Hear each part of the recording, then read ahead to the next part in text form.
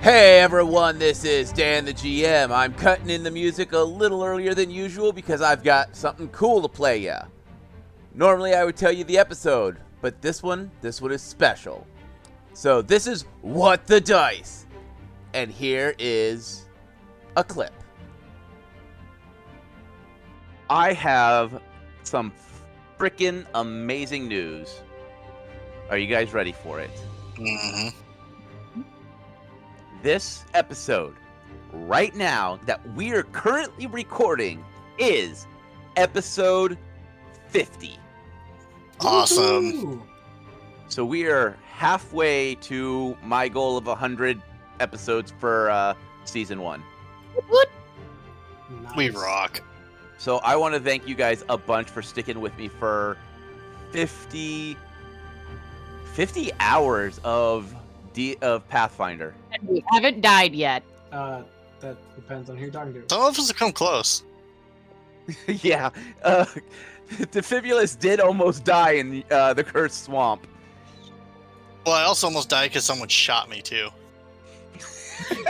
I forgot about that. I forgot I shot you. Took more damage from you than I did the boss. It was like a whopping 6 points. I was thinking it was more than that. It wasn't. At worst, it was like 8. I don't shoot anybody, so I do have a bow. No, you just say hi and then hug things. I hug things.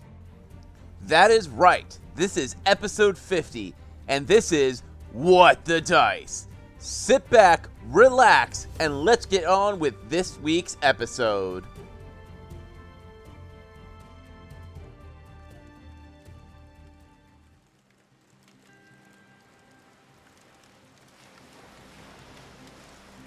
We look around. The camp is cleaned up.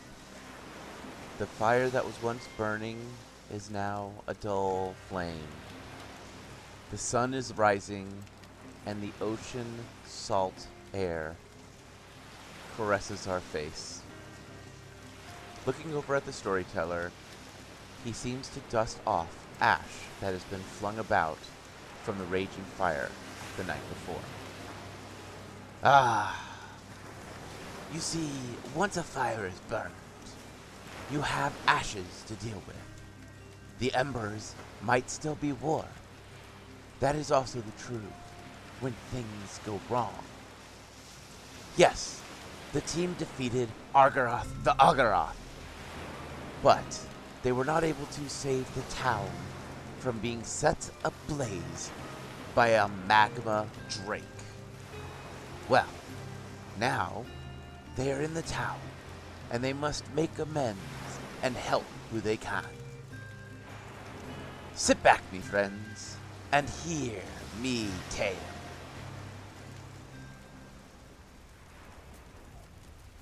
Ironhaven is burning around you. Survivors that have been found are being quarantined by the paladins. Would you guys like to return to the Holy City, or would you like to stay here and help? Well, I think I'm probably going to stay here for at least a little bit and help out because Yeah, at Yeah. least till like end of day, what seems like a reasonable, okay, what's left is cleaning up, but we obviously need to get back kind of thing. But the disaster immediately just happened. There are people to help. There are people to comfort. There's questions to be asked. What happened? Did the dragon appear out of the right above them? Did it fly towards them? Why was the jail the first thing to attack? Were there peoples first? Like, there's 1,000 questions to answer. So Kalila would be wanting to dig for what happened. All right. So we'll do Kalila first. Kalila, Mm-hmm. the buildings that remain in your area. You have the temple itself, what looks like a healing area, like a building that they used for healing, and an area that children, like a schoolhouse, that seem to be undamaged. That's really interesting that those are undamaged. But she's gonna try and find somebody who is not immediately engaged in, suffering from horrible wounds, but, I don't want to say the mayor because not him, but, somebody, a guard that she recognized, maybe one of the mercenaries that were here that she has already talked to.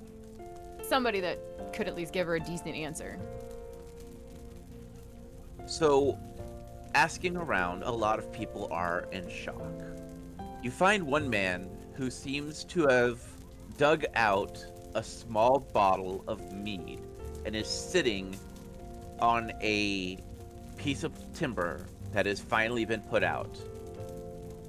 He seems to be surveying the town with sorrow in his eyes as he starts to break the wax seal on the bottle. Looking up at you, he offers you a drink. No, thank you. Can you answer a few questions? He gives a solemn nod. What happened? Well, we were all sitting, enjoying a meal, enjoying a drink, when the bells started to ring. The warning chimes of the cathedral, an attack was coming. The mercenaries grabbed their weapons and headed to the front gate. The remaining guards ran out and started taking defensive positions. Then, the roar. The roar of a drake that seemed to echo in my skull.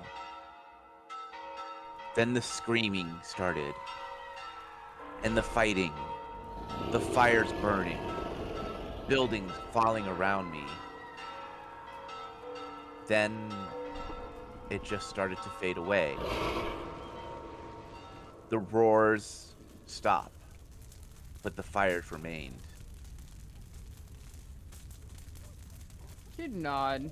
He takes a large drink of the mead and looks up at you. There hasn't been a drake in this area in the longest of times. You did see a drake. He shrugs. He goes, I've traveled many a land, and there's a few lands where drakes are still prevalent and they're protected. I can't tell you the last time I saw one here. Do you have an idea of how long it might have been? He gives a light shrug as he takes another large gulp of mead. She'd nod and thank him for his time and realize he's probably just in too much shock to really remember if all he can remember is the incident and then all of a sudden being here. Yeah. We'll proceed to help people. Clyde, what would you like to do? I will join the paladins and help people. All right. So, as you begin... Go ahead. I like the heal skill. I only have one more lay on hands, so unless somebody is like about to die, I'm not going to use that. So I can use that with bandaging and stuff.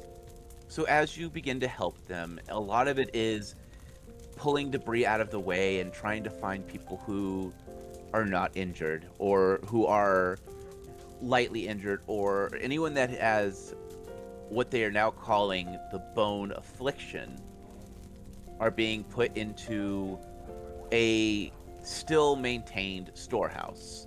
They're given proper medical treatment as they can and is brought food and blankets and clothing. But other than that, they are not allowed to exit that building. They are being quarantined because they don't know what is going on. Understood. You find several other people who have the same ailment. Pieces of flesh are burned away and all that remains is bone. They seem like normal people. You don't sense evil about them. They're just in shock and scared. And it's not just men. There are women and children who all have this strange affliction. Okay. I'll just take note of how it reacts to people and how it presents on them as well, so I can tell Holy See eventually when we get there. Okay. Defibulus. What would you like to do? Fibulus is gonna see if there's people that he needs to help pull out of wreckage, use some of his water, pour it on them if they need, clean a wound or something. Digging around, you help where you can. A lot of the fire seems to have just naturally burned out. They also had some, what are they called? Bucket. The bucket brigade has helped put out a lot of the fires. You're helping mostly just put out the flames here and there, or making sure buildings are safe to enter with your knowledge of engineering. Roll your perception. 28. As you open up a door to one of the buildings, it strikes you as odd.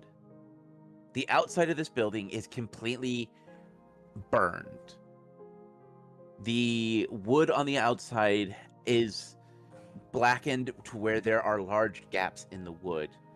By all means, it shouldn't be standing. As you look inside, it looks as if nothing had happened. The room is pristine. There's not even dust on the ground. What in brass bolts is going on here? Do you want to investigate further? Yes. Roll your perception. Nat 20. With a nat 20, you start to find notes scribbled in a strange language you don't recognize. You're starting to see a signature of the old lord, signing away sections of the land to an unknown guild, promising them the land once the orcs are taken care of, promising supplies. You find books, black-bound books of occult and of the darker deities. The thing that catches your eye is the layout of the furniture. It's not laid out to where it would be sensible. It almost seems to have a strange pattern to it. I need you to roll. What is it? Roll your wisdom. 18. You begin to take steps and begin measuring it. And then you take out a small piece of paper and begin scrying it onto the paper. Then it starts to come into view. All the furniture is laid out as a symbol of a rose. Defibulus. Boy. Hey, is Hugin still on his head? That is up to Kalila. Make a roll for that because I don't trust my honesty. We will say, okay, hold on. We will say evens, yes. No, he's with Kalila. Is odds. Sounds good. Evens. He is still with you. Hey, Mr. Spider. Tap your head. Go get Kalila and Clyde and bring them over here. Scurry off. A few moments later, Kalila, your spider, approaches you. I will wonder where Defibulus is since her spiders returned to her and be like, where's Defibulus? He leads you the way there. All right. Hugo will go and find Clyde. All right. Clyde, a spider crawls on you. Hello, Hugin. Taps you a couple of times. Yes, Hugin. Scurries away. If I'm healing if I'm helping healing somebody, Clyde, he won't move. Yeah, he won't go far until you start to follow him. He'll continue this repetitiously until you figure it out. Well, if I'm engaged with healing somebody or cleaning wounds, Yeah. until I'm done with that person and nobody else is in serious need, then I'll start to follow. Yep. You arrive in this strange building that is seemingly untouched from the outside. I'm sorry, from the inside is untouched. Inside, you Decrepit see... on the outside. Yes, inside, Defibulus is standing there with a strange paper that looks like he has been drawing on it. During the time you've waited, Defibulus, you have also found the stem and small red objects that make the thorns as well. Alrighty. You'll keep logging and cataloging and studying everything without touching anything and poking things you shouldn't. Oh, when Kalila gets there, she'll be like, "You summoned me?" But yes, I found something weird here. Start to investigate. He will show her the picture, the books, everything. The rose, yep. Okay. And since she knows that her spider's also probably getting Clyde, she will wait for him to show up before discussing things. All right, let's just say Clyde's there. Welcome, Clyde. She goes, "I was starting to suspect there was something at works here with the way that people's bones were remaining, even after it had been burned." Defibulus will share and update Clyde with everything that he has discovered. Perfect. Thank you for updating me. Oh, I assumed that had been done. I'm sorry. Yeah, well, this was something to be expected because of the orc worshipping the bone god as well. So, one person was worshipping one bone god, the orcs were worshipping the other, and everyone in the middle got screwed over, right?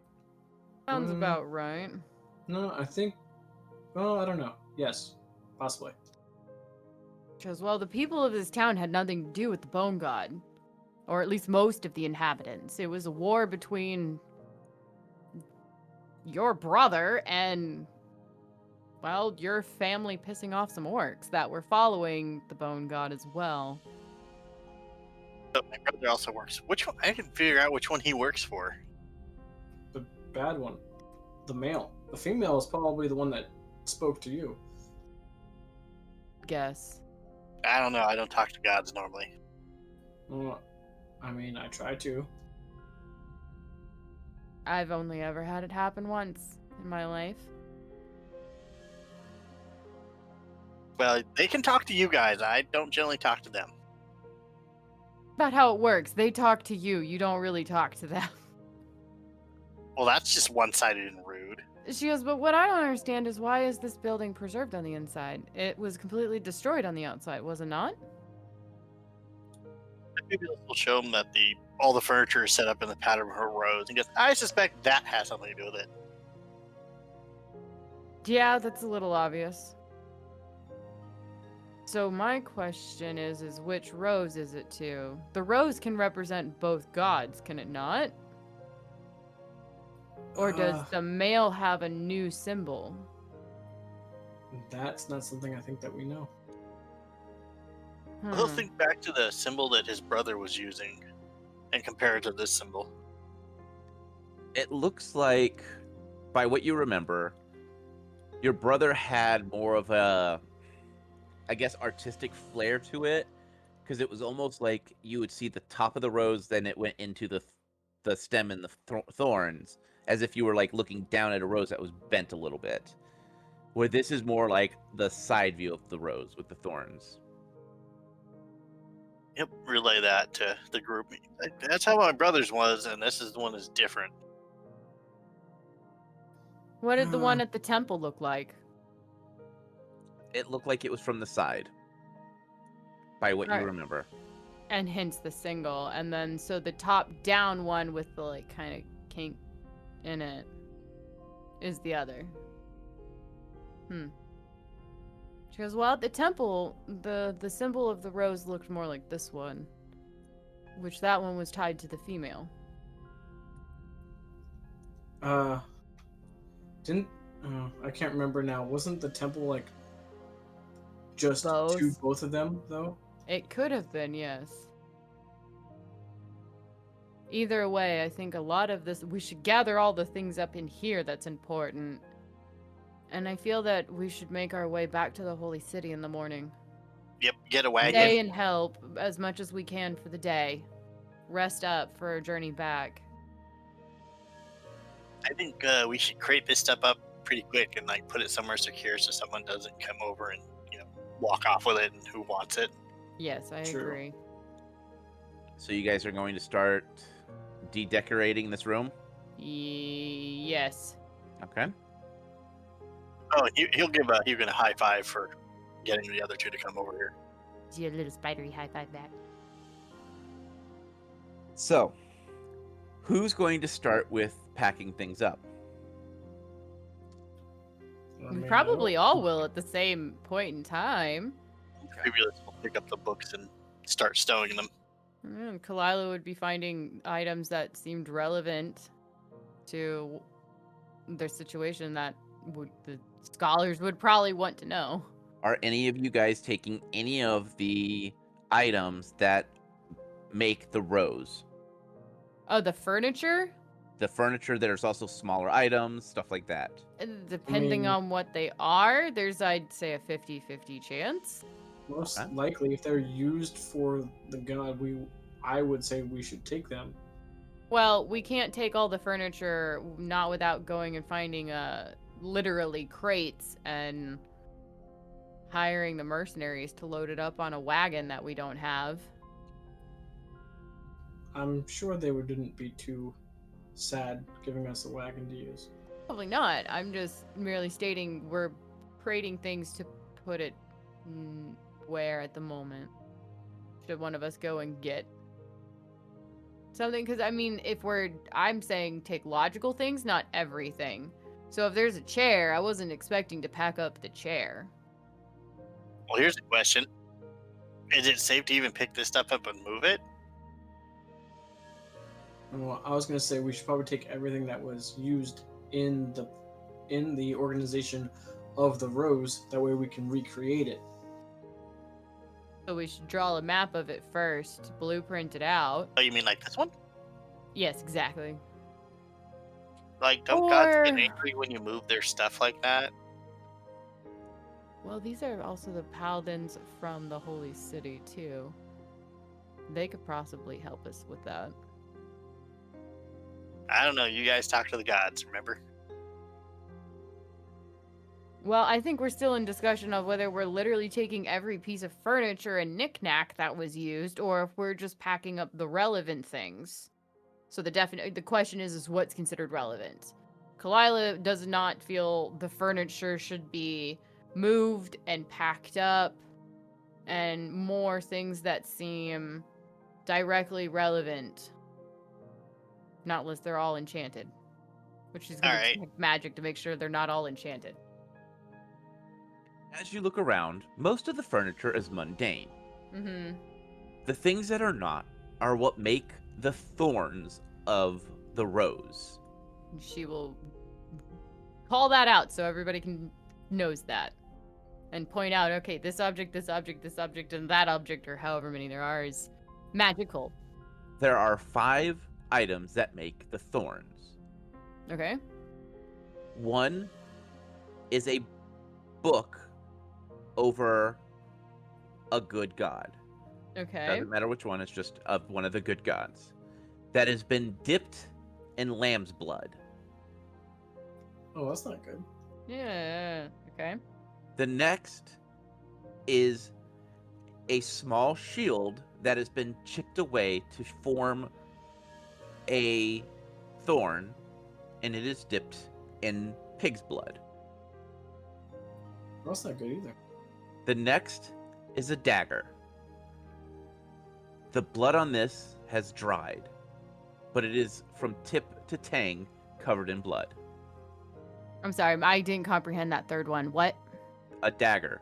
Okay. The blood has been dried, so it's that blacky, dark, Mm-hmm.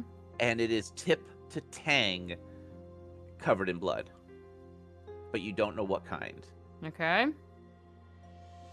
The fourth item is a scroll that has been dipped in blood to where the words are not legible. Mm-hmm. The last item looks like a hand that the fingers have been cut to make the symbol of a thorn. So all of them are in some way, shape, or form, deliberately or not, shaped like a thorn. Are you touching any of these items? Not yet. Okay. Something covered in blood and glowing magical, I'm like, well, this is a thing, and don't touch it. If we take any objects, I think it's the magical ones that we should be taking, not the mundane furniture. Yeah, it'd be great if I could like pray over them and sanctify it enough to.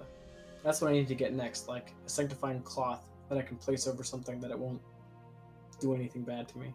Can you go ask one of the paladins to do it? I'm gonna go ask one of the paladins if they have anything like that, because I don't really feel like them touching. Yeah, or go. Actually, we could pull in a higher ranking paladin to help us since this is evil. We need to get it back to the Holy City for archival and research with the scholars. They're paladins of the Holy City, so they would. I kind of presume, since we asked that they come and help us and kind of forced Sir Reginald into that, they would kind of answer to us while we're here. That's true. And I am gonna detect evil. Fair. I mean, the blood could have been willing and therefore not evil.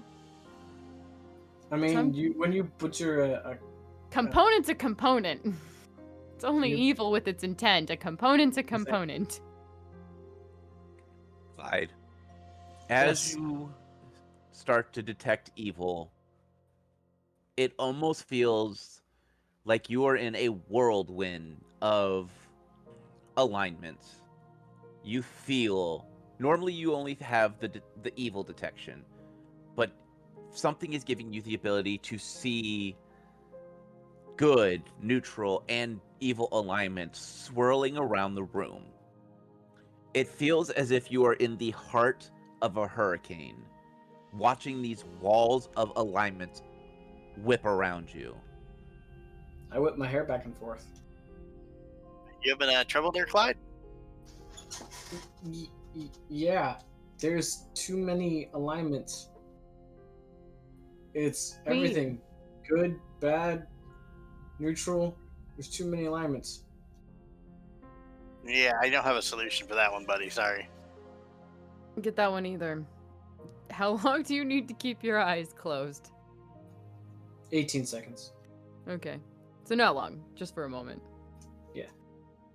So, do we touch these things or leave them alone? Or go get another paladin to help us with moving these things? We could always call for that one, like, scryer person who can take messages to the rat guy and describe the items to him and then send a message back, see what we get back for it. If he's not dead, I can go looking for him. That messenger's probably alive somewhere here. I would hope. I would hope. Hey, Clyde, Yes, sir. you think we can make bullets that detect good and evil? So when you shoot somebody, they glow? Or I shoot past them and they glow? I'm not Uh, getting into the mechanics of that. She's gonna go see if she can find the rat scholar or the messenger scholar guy. If not, a high-ranking paladin. As you exit, the one man you were speaking to has walked off. Okay. The mead that he was drinking is sitting on the edge of the wood, balanced, half empty. Okay. You see the messenger talking to paladins and getting information and is writing it down. He's up and writing information down. He is talking to one of the messenger you were looking for is standing next to a paladin and they are discussing things and he is writing down information. Okay, sorry. I thought you were describing it was the guy that I talked to originally. He has walked off, leaving the bottle of mead half empty and balancing on where he was sitting. Just because of Kalila's, like, one, natural cat curiosity, but two, all of the involvement, she will at least walk over and peer into the mug. Just in case it's doing something weird. It was the bottle. It was like a bottle of mead. It's not doing anything weird, is it? As you look in, it's almost as if you are seeing the attack happen from the sky. You can see the top of a dragon breathing down lava as people are screaming, and the bells are chiming. A few moments pass, and it seems to disappear. Finds that bizarre that she could A, still see that effect in a bottle and see if it's if that bottle's magical. The bottle is not. Okay, what about the liquid inside of it? It is not. It is just Okay. regular, cheap mead. Weirder things has happened. She's not gonna forget about this moment and kind of take that extra 5 seconds, like, I'm staring, and now I'm gonna go find this person. Like that extra, in case anything else happens or does before she turns her attention to her task. And then she'll go find that messenger. As you walk up to the messenger, he turns and gives you a smile. I am glad to see you are all right. Yes. How may I help you? You seem to have seeked me out. Yes, follow me, would you? Of course. And he follows. Actually, which paladin was he talking to? A lower ranking one. More of like She'll- a cleric than a true paladin. She'll snag him really quick and be like, who's still here and is like the highest ranking paladin? He mentions some woman's name. Does she recognize it? No. Can he point her out? Yes. You Oh. find a woman dressed in mithril armor, kneeling down, tending to some wounded. She will look at the messenger and go, we need to grab her too. He And nods.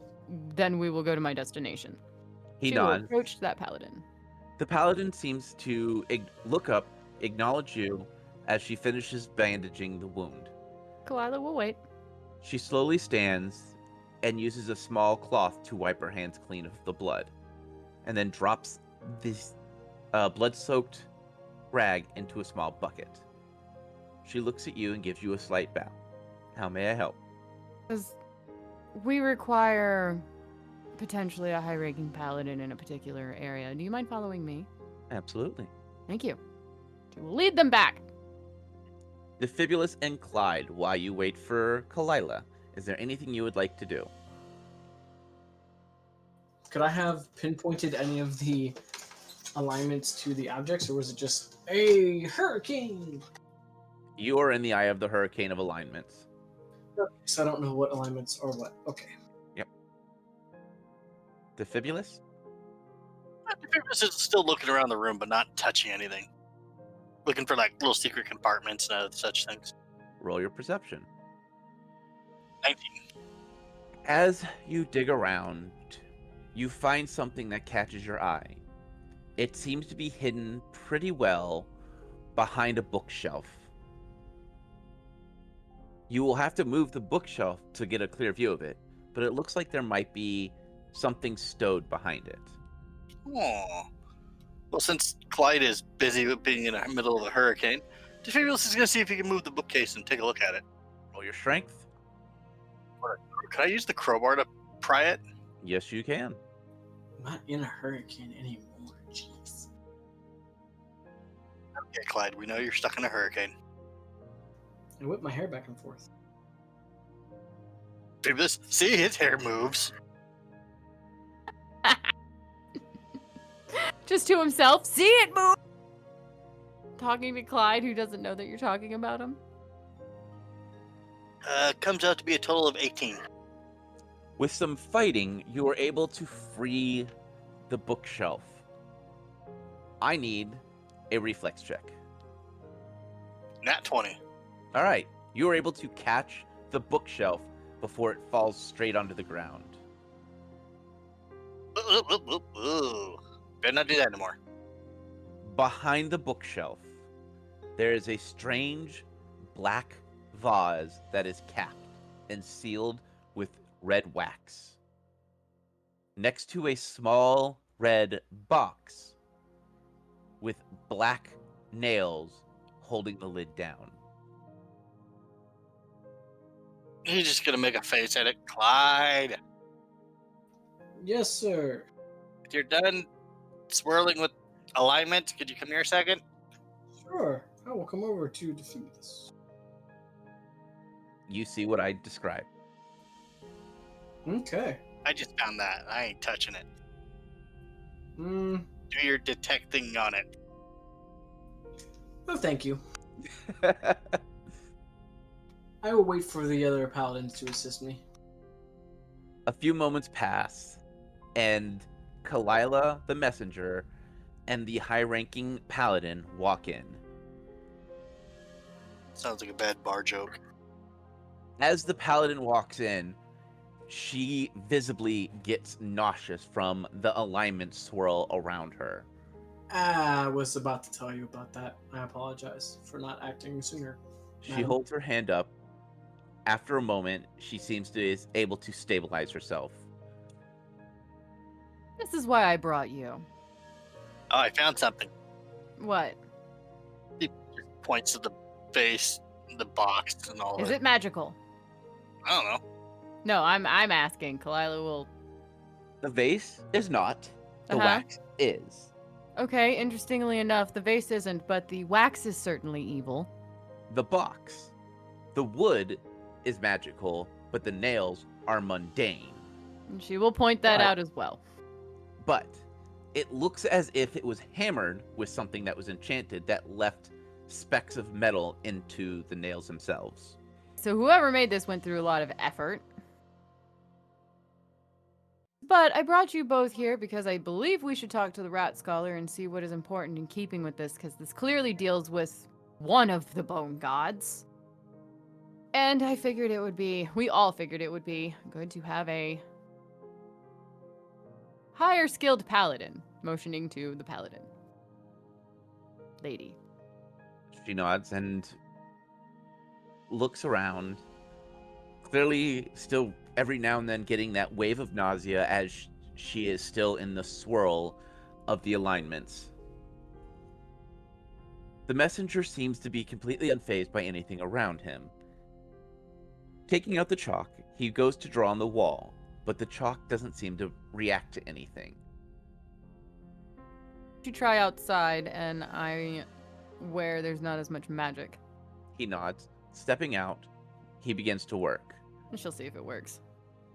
The magic doorway opens up. This time, the rat scholar comes to you. Oh, good. I was going to drag you through. Please, step in That's that good. door. He raises an eyebrow to Kalila and goes, "And what mess have you brought me to? Why did you burn down Right this now, city?" shut up. It wasn't my fault. Get in the door. And she shoves him inside. Stumbling in, he looks around and is confused. Begins to walk around, pacing the floor, studying the rose layout. Well, that's magical, and that's not. And why would you have a bench like this? No, wait, what is this? He walks over to the box and the vase. I He found goes, those. Yeah, I just found those. he goes to reach out and then stops. Tapping his cane down, he looks at the three of you. We will need to get these items back. The scholars will need to see them. But they are too unstable to go through the portal. How do you propose we even touch them or transport them? We will get you a crate that will enchant them to be protected against identification until they are back with us. Okay, but how Right. do we put them in the crate? Carefully. Very, very carefully. How carefully?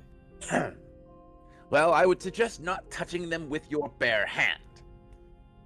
Okay. As for the items that create the thorns, I feel as if we move them, that might disrupt what is going on. Give me a moment. I will return with what you guard need. here. Okay. Walking off, he says something to the paladin under hushed breath, and then exits. Could I possibly hear with my cat-like hearing? Perception? Probably not. 15? Nope.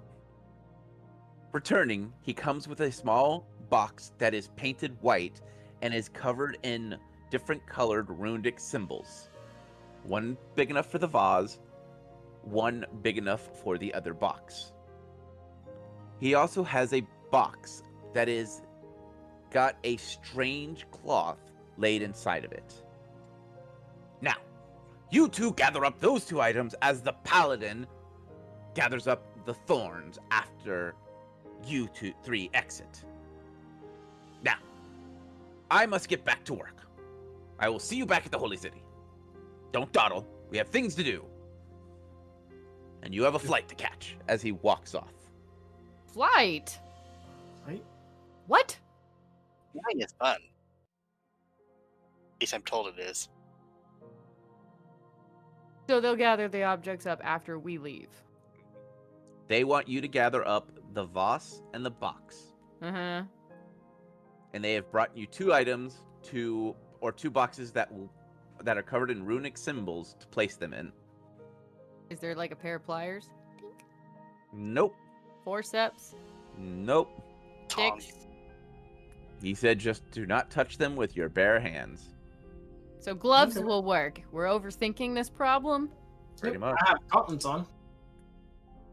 If you want to try it, I was I'm gonna get a doing it. blanket. Okay. Clyde, which item are you picking up first? Let's go with the dagger, I guess. No, vase or box? Oh, vase. As you pick up the vase, it seems to shake in your hand.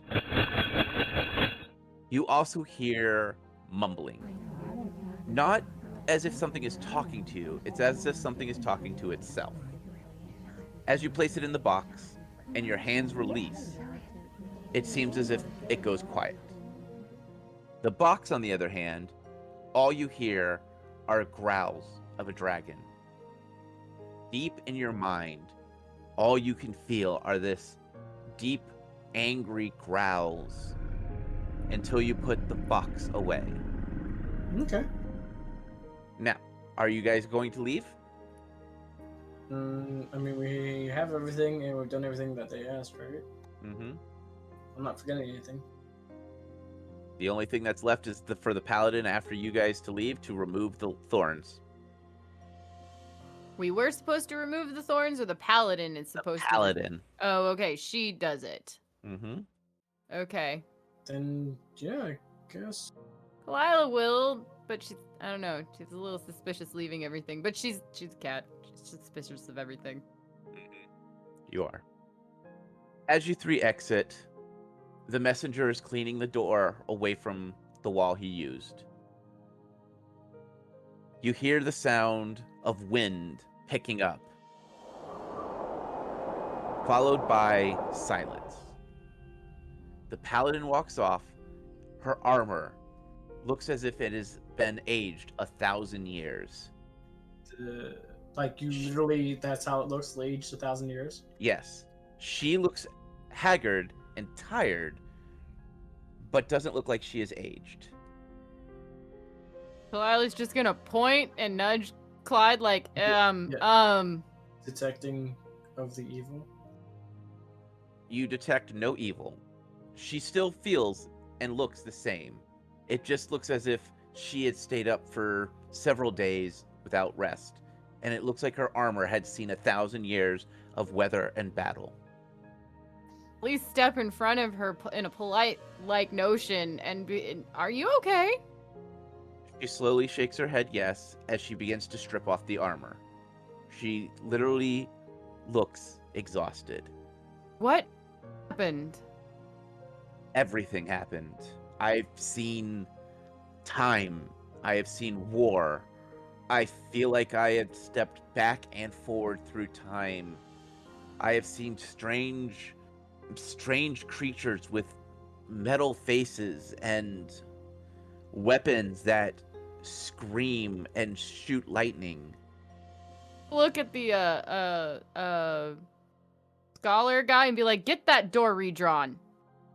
As she continues to politely listen to the paladin. The paladin sits down and shakes her head. Pulling out a water skin, she takes a gulp of it and sighs. She goes, I was warned that the magic was weird. I didn't expect that. Yeah, and that's why we're gonna get you back to the Holy City, where you can, while it is fresh in your mind, have the scholars write down everything you can remember. She nods as the messenger finishes the door. Please retrieve Sir Reginald. His power should be able to withstand all this. She literally just pushes the box next to you. Those are all the items that needed to be boxed. We'll take care of it from here. You go through that door and get help. She nods. Leaving her damaged armor where it stands, she walks through. The messenger makes a notion that he will take care of her armor and return it to her. Several paladins that you can see help her to her feet, and they sit down and make sure she is hydrated and fed as the scholars surround her and begin to ask her questions. Nope. The messenger waits a moment before racing the door, and you three are able to now hop on a carriage and make your way to the Holy City. Okay, on to the Holy City. And that is where we're ending this episode.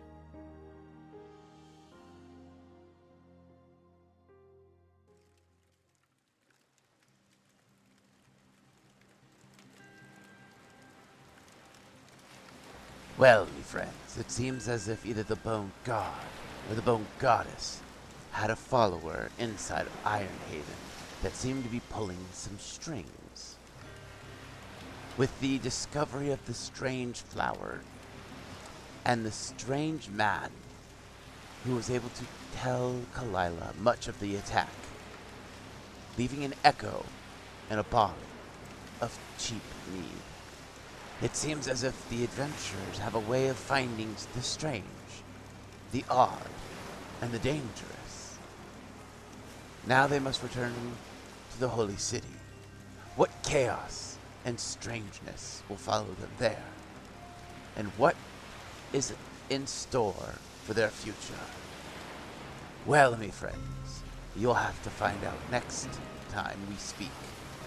For the night is full, and it is time for us to say goodbye. And as always, may the dice gods bless your every roll.